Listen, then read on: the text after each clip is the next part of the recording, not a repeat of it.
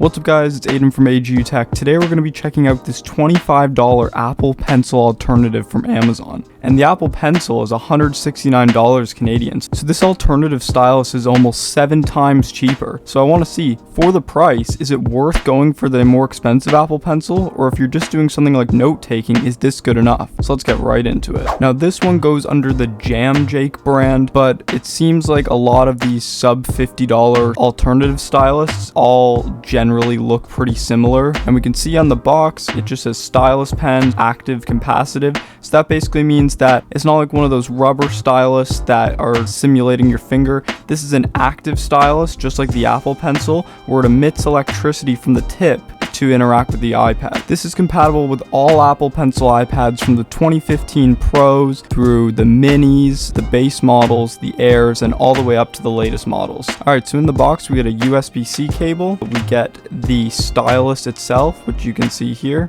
and we get a few extra pencil tips if one of them wears off over time. Alright, so one of the first things that you can notice that yes, it does look very similar to the 2nd gen Apple Pencil or the new USB-C one, and you can see it does have a USB-C port because it does not charge magnetically like the official Apple Pencil 2nd gen does, but it will magnetically attach the iPad to storage, which is nice. And you will have to plug it in to charge it from time to time. And with a full charge, which takes around 25 minutes, which is actually pretty long, it will give you around 16 hours of use, which is what is advertised on the product listing. So you can see you can actually screw off the tip here to change them, and you can see that metal thing right there is what emits the electricity, which can interact with your iPad screen. So we're just going to screw this back on here. And to actually turn it on, it's just a little capacitive thing at the top, which you can tap, and you can see a blue light comes on to indicate that the pencil's on. So this stylus still features many of the features that are available in the Apple Pencil. It works with tilt sensitivity because that actually relies on the iPad and not the pencil, but it does not have any pressure sensitivity as that requires a sensor built into the pencil. And there's no other features that are included in the Apple Pencil, such as double tap, the ability to switch tools, barrel roll, or any of that type of stuff. But we can see here in the Notes app, it does seem fairly responsive, and I'm not really seeing any lag or any stuttering like that, but I'll definitely want to try this out for a few days taking notes with school. And all the built-in iPad features that work with the Apple Pencil also work here. So you can see here the scribble feature. If we try typing hello, it can translate into text if we'd like that. And we can also see here the auto handwriting correction also works. So if we type hello, takes a minute, but it will correct it and make it a little bit straighter, as well as the math notes feature works. So we can just write a quadratic right here like this, and you can see we can insert a graph. So all that type of stuff obviously works with this pencil, and you can see even though it won't wirelessly charge, we can, and it will magnetically attach, and it seems like it's a pretty strong magnet. Alright, after trying out this $25 Apple Pencil alternatives, I have a lot of thoughts on what I think this is, and if I think it's a good buy, or if you should just step up to maybe an Apple Pencil. First off, after using it in some apps such as GoodNotes, I really didn't have an issue with not having any of the pressure sensitivity, and I found it great for doing math notes, chemistry, and any other notes that I wanted to do in school. And I really didn't find that pressure sensitivity was a needed feature. And in terms of just handwriting, I didn't find any lag, and I found it to be a super smooth writing experience, and it really just felt like I was writing with a pencil with no issues with it.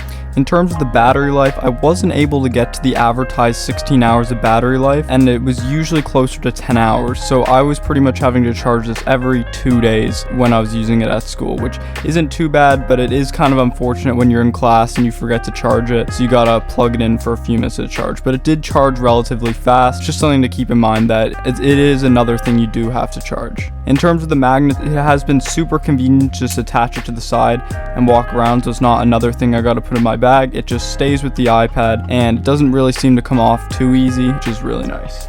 Another thing is this capacitive top button to tap the top, which makes it blue to use it with the iPad. And I actually found this a little bit annoying, so I think it would have been better if it was like a switch or like an actual physical button instead of a capacitive thing, as I found that it would sometimes cut out randomly if my hand swiped over it. But other than that, I think that this basic version is an excellent choice for just basic note taking in school and any individuals who are on a budget. But if you're an artist or you prioritize features such as the magnetic magnetic wireless charging, pressure sensitivity, double tap, or any of those other functions that you get that are more premium with the Apple Pencil that go beyond the basic note-taking experience, you might want to look ahead to purchasing the Apple Pencil. But for the price, this is definitely a good buy and is totally worth it. And yeah, guys, that is my review of this $25 Apple Pencil alternative. If you guys want to check it all, I'll leave links into the description. Let me know what you guys think and if you think this is a better option for you or if you're going up to the Apple Pencil. And yeah, guys, thank you so much for watching, and I'll see you in the next video.